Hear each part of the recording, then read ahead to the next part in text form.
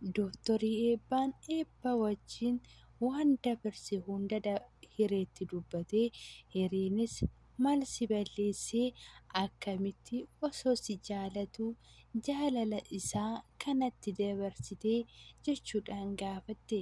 Yeroo kanatti dooktarii Eebbaan dabarsiisaan dabarsanii fi gaa'ila geejjiba gubbaarrattis akka inni dura isa mo'atuu fi mana puulii keessatti yeroo taphatan wantoota kamiyyuu taphoota hiriyaa waliin dabarsan yeroo hundumayyuu akka inni mo'atu itti himate.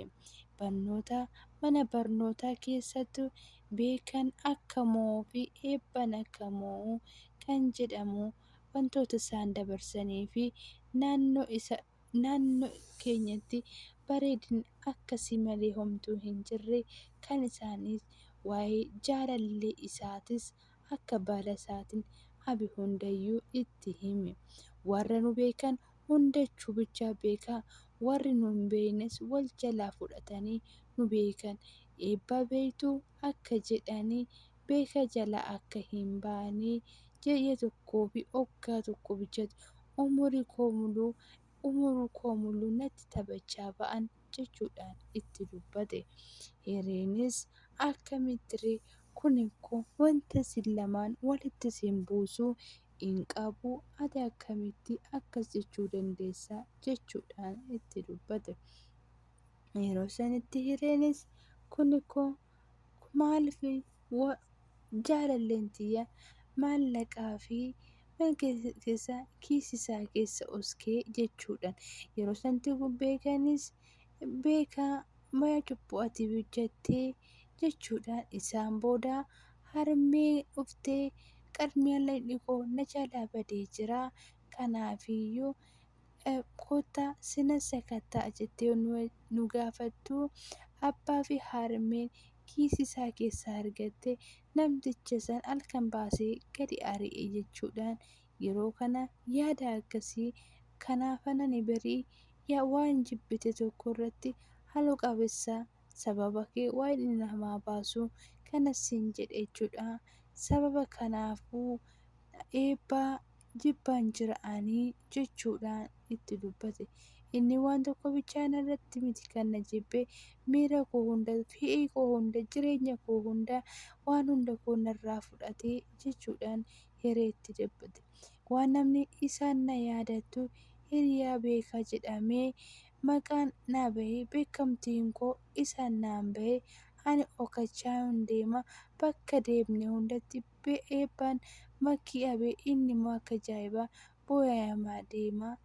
Nama abbaa koo ajjeese caalaan isa jibbaa eeyyenii naman jibbee mooyyuu nama akkamii akkan ta'e gaafadhu inniyyuu sitti himaa jechuudhaan itti dubbate.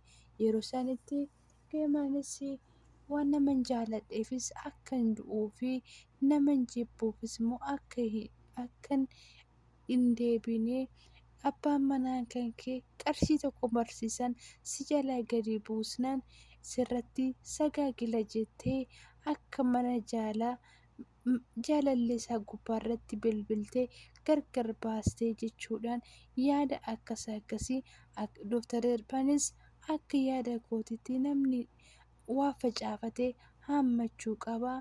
Innis yeroo daa'ummaa kootitti kan narraan eegame tokko tokkoon haammachaa jira.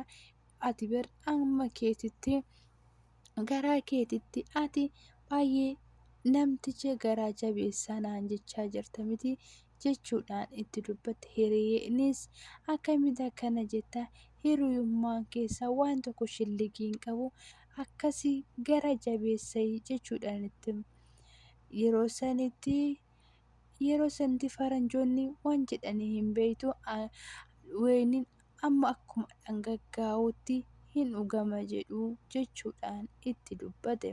Yeroo sanitti akkasii hin jedhamu jechuudhaan hireen gisee deebistuu fi eega beeyte maaf hin dubbanne jechuudhaan itti dubbate.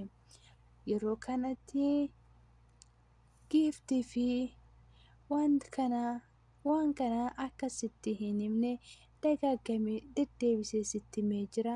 jechuudhaan itti dubbate. Uummannis maaliif ananii maallaqa sii kennanii akka urjiidhaaf kennite kongiraa naan jettee maal rakkina qabaa jechuudhaan itti dubbate. Giiftiinis maallaqichaa eessaa akka fidde maaliif natti hin himne jechuudhaan itti dubbate. Uummannis ani eessa akka fide sittan himaa maallaqicha boota ati fiddee fi boota xaxammaa natti hin himne jechuudhaan itti dubbate.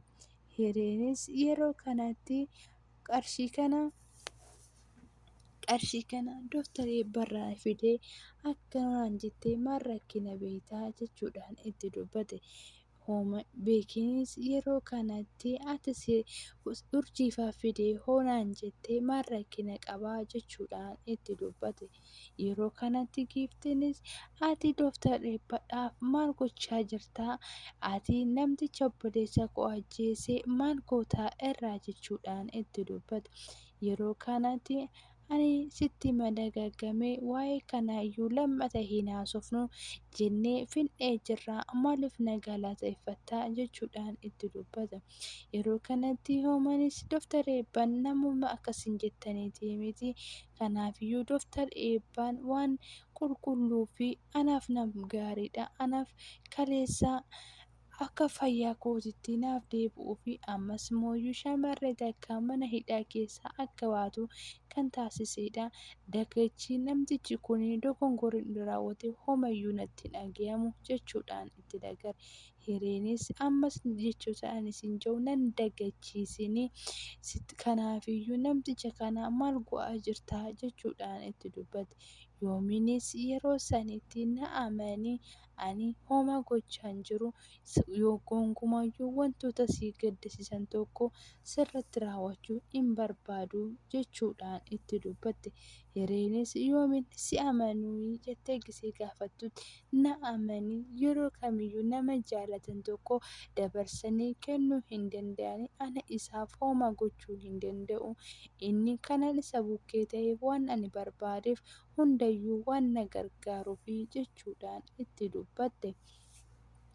Yooyyaa harka fuunee jaalatamtootaa fi kabajamtoota maatii chaanaal siifan jalatti argamtan mana kana haaraa taatan laayik sheer sabskiraayib gochuudhaan ana waliin ta'uu akka hin daganne. Warri immoo yeroo hundaa maatii koo taatan viidiyoon koo hoosiin bira ga'ee laayik gochuudhaan akka naa jammartan abdii sirraa qaba. Hireenis gumiidhaan wanti barnoota kana gubbaarratti si hin gallee gaaffii yoo qabatte na gaafadhu jechuudhaan itti dubbatani. Yeroo kanatti gumiinis hoomiyyuu naaf wanti hunduyyuu naa galee jira jechuudhaan itti dubbate. Yeroo kanatti gumiinis humna uffatiif malee wanta humna dhimma waliitiin kan jiru hin jiru jechuudhaan itti dubbate. Hireenis waan baay'ee jechoota inni dubbate isa aarsee fi gammee maal taate jechuudhaan itti dubbate. Itti fufi amma barnoonni naa ga'e jechuudhaan itti dubbate. Yeroo kanatti gumeen waan baay'ee gaddee ilaalee fi milkiin qoy ani kanan siin jedhu maal gochaa barsiisaa Biqilaa bira deemtee qoy naa jijjiirii hin jenneenii jechuudhaan itti dubbate.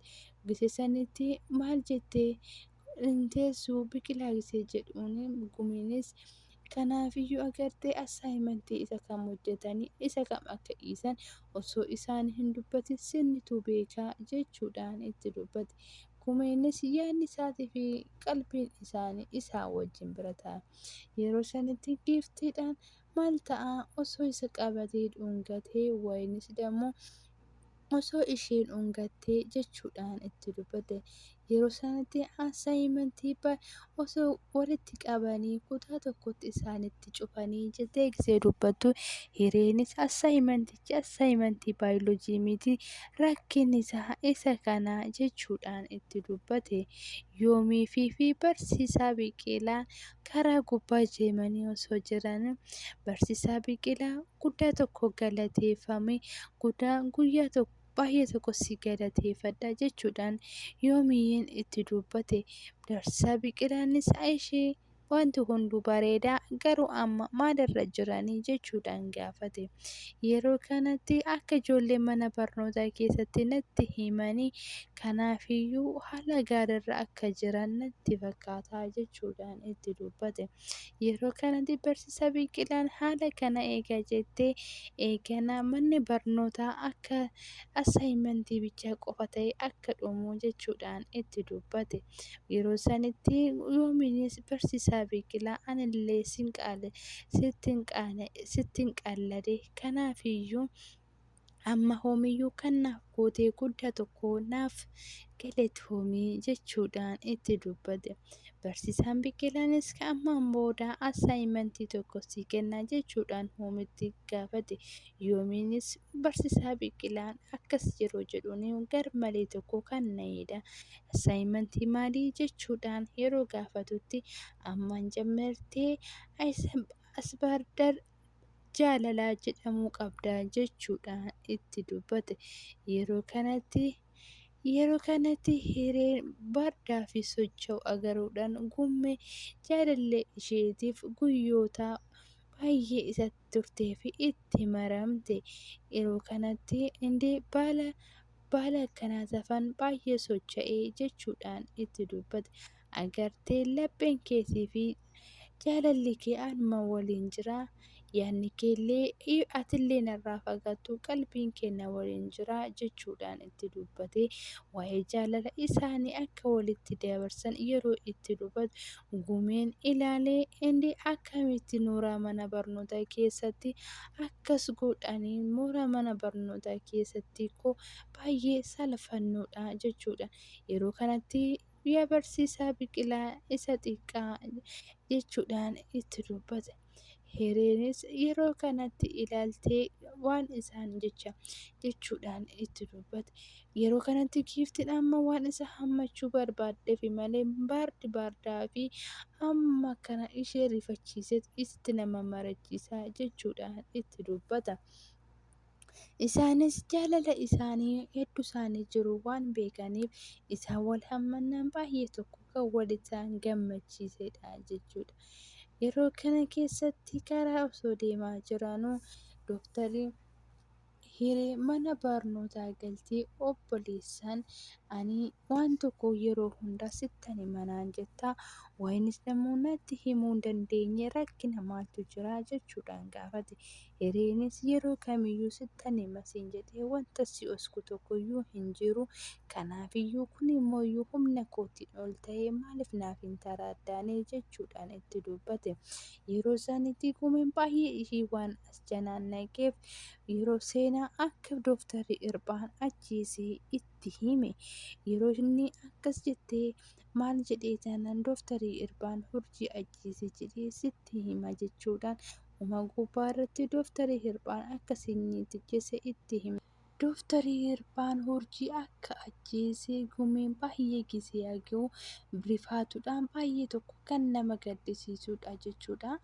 Innis baay'ee tokko rifatee hireenis humnaa ol waan ta'eef itti dubbattee innis akkamitti dooktarri Irbaan kana godha jedhee viidiyoon dhumnisaa isa kana kutaan itti aanu maal akka ta'u qabannee xufnaa turtii gaarii baay'ee.